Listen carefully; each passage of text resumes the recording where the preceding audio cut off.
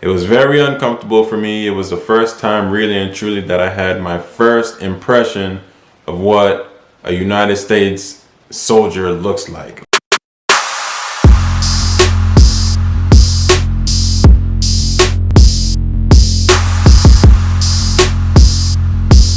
What's up YouTube, and welcome back to my channel. First things first, if you're new here, please consider hitting that subscribe button as well as the bell icon next to it. Today I want to talk to you guys a little bit about my military journey.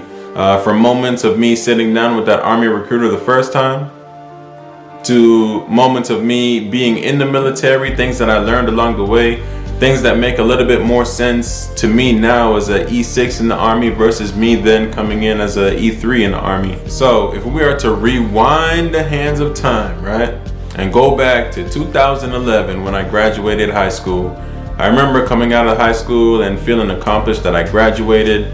It was one of those great feelings like, finally it's over, now we're on to bigger and better things, right? I remember talking to my dad. For those of you guys who watched my previous video, I remember talking to my dad about certain things, and we ended up discussing the United States Army. One thing that I remember vividly is going to that Army recruiter office, right? It was very uncomfortable for me. It was the first time really and truly that I had my first impression of what a United States soldier looks like. I didn't grow up around a military base. I really didn't know much about the military at all, to be honest with you, especially the Army. I didn't know, it's safe to say, anything about the United States Army.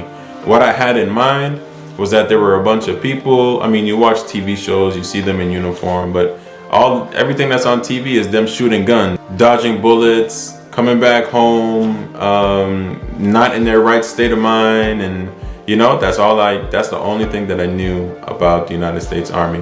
Which, as an Army recruiter now, I hear a lot of people having that same exact thought process because that's what they see on TV as well. So I didn't know anything about the Army. I walked into that Army recruiting office and it was kind of uncomfortable. You know, not that they made it uncomfortable, but for somebody who has zero foundation of knowledge of what to expect, or zero idea of what a soldier is or what it is that I'm really signing up for, it was uncomfortable for me. So I remember walking in that recruiting office with my dad and my older brother, and it was time. It was time to discuss the possibility of enlisting in the United States Army, right?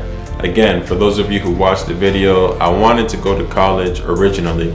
College was something that I had on my heart to do, or I wanted to do because it was pumped into me really and truly for the full 17 years of my life. You know, growing up, you always hear people say, right after high school, the next step for you is college, right?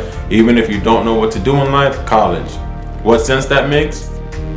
To me, zero sense, whatsoever, right? Because you're spending a bunch of money, you're investing in this, and you still don't know what you want to do. So there's a lot of people out there with a degree that has a degree in something that they're not even passionate about, So college was pumped into me from the guidance counselors at school to my teachers at school. Hey, when you guys graduate and go off to college. You turn on the TV, college, you see in the movies, they leave high school, college is the next. So college was it was like part of my mental code at this point. So even though college was a part of my mental code up until this point, I didn't know how to get from where I was to entry into college. So I remember walking in that recruiter's office. It was a bunch of Army, maybe about 3 or 4 Army soldiers. I guess they were welcoming, you know what I mean? Because we were new there, maybe they seen us standing up by the door. So they were welcoming, introduced us to the people that are in the office. But still, I felt uncomfortable. So it wasn't to say like I was doing a bunch of talking and I knew what I was talking about and they were trying to help facilitate what I wanted. It was not that at all. Matter of fact, I remember my dad was doing most of the talking and he inquired about the educational benefits, He knew about the stability. He knew a lot more than I knew, right? So me going in as a blank sheet of music, it made the process so much more uncomfortable for me.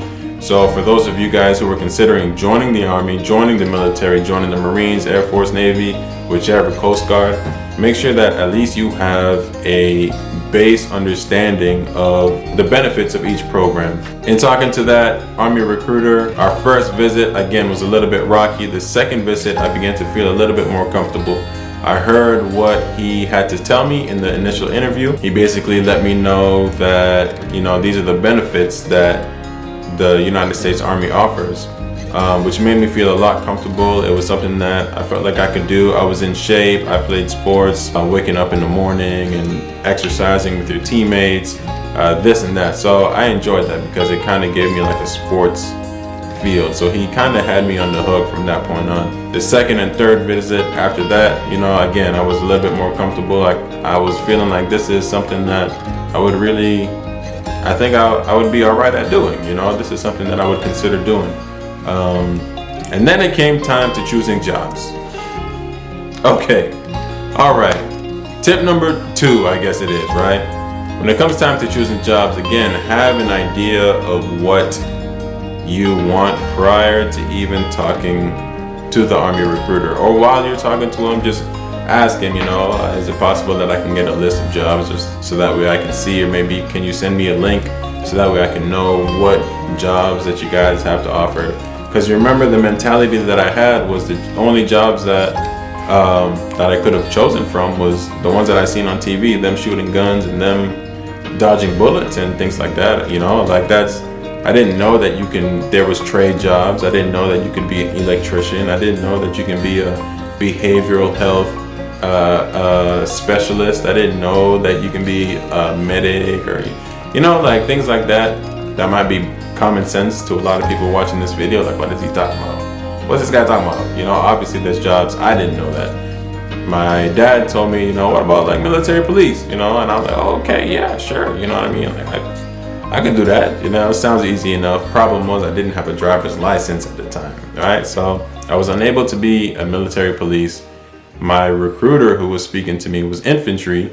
My recruiter was infantry, so it ended up happening where he ended up talking me to join the infantry, and then if you don't like it, just end up switching to becoming a military police. Right, so that's what I did. I joined the infantry, not having any idea what I was signing up for. Okay, I'm being so honest with you guys. I didn't have any idea what I was signing up for, how it would go down, because again, I was a blank sheet of paper. So he could have told me anything. He could have told me, okay, just become a tanker, you know, or become a doctor, and I would have been like, I mean, okay, like I didn't realize how much control I had over the job choosing process.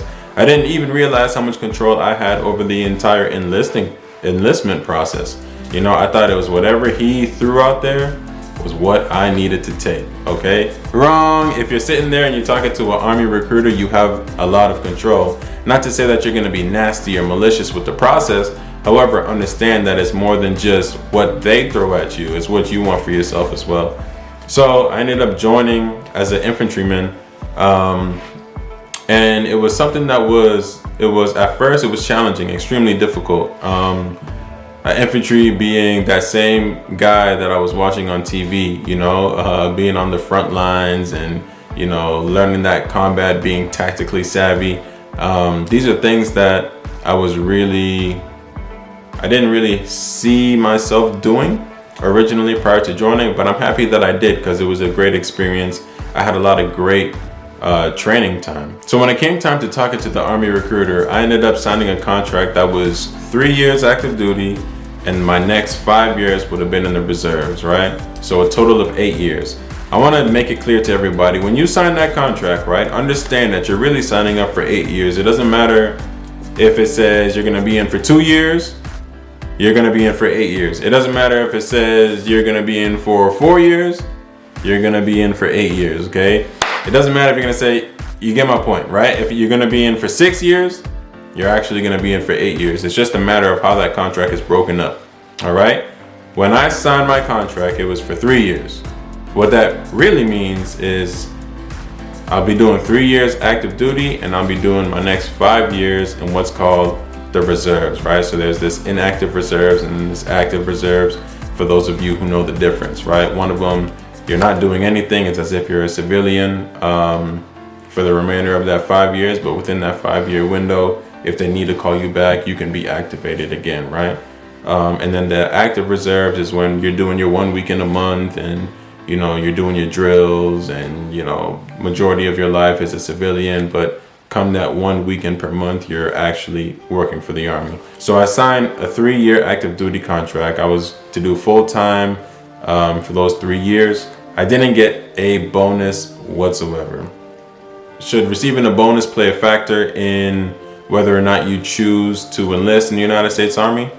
I guess it depends on where you're at. You know, some people really join and they look forward to receiving that $10,000, $20,000, maybe even $40,000 bonus. Some people really are in a position where like they need the bonus, so they don't care what job they get, as long as they get the bonus, they're good to go. Again, me not having any understanding of what to expect, I didn't even know much about the bonus process, you know. So again, whatever the recruiter threw out to me, that's what I got. And there was probably jobs that were available with bonuses that I would have much rather did, and I could have received the bonus, but I ended up getting nothing because I didn't know anything. Okay, so when you guys go sit down with that Army recruiter, make sure that you ask him these questions, right? So bonuses, you know, is there any jobs available? Can I see if any of them offer bonuses? If you're interested in, you know, certain things like airborne, maybe Ranger in your contract, ask him, you know, ask him or her whether or not there are these things available with the job that you want to choose, because you might hit the jackpot. You might get the job that you want, you might get a bonus, and then you might get, you know, a nice school or something like that to go along with it. These are all things that I wish I would have known back then that would have made my transition into the United States Army so much smoother, right? But this is why I'm telling you guys these things now, so you can have an understanding of you speaking to the recruiter and things that you should ask him or her for. There you have it, guys. That's my experience as a United States Army recruiter versus somebody who was being recruited 9 years ago. I hope this video was informative. I hope this video was beneficial to all of you guys viewing. Again, if you're new here, hit that subscribe button. Don't be shy. Always remember that success is made by action. So get up, go grind. I'll see you next time.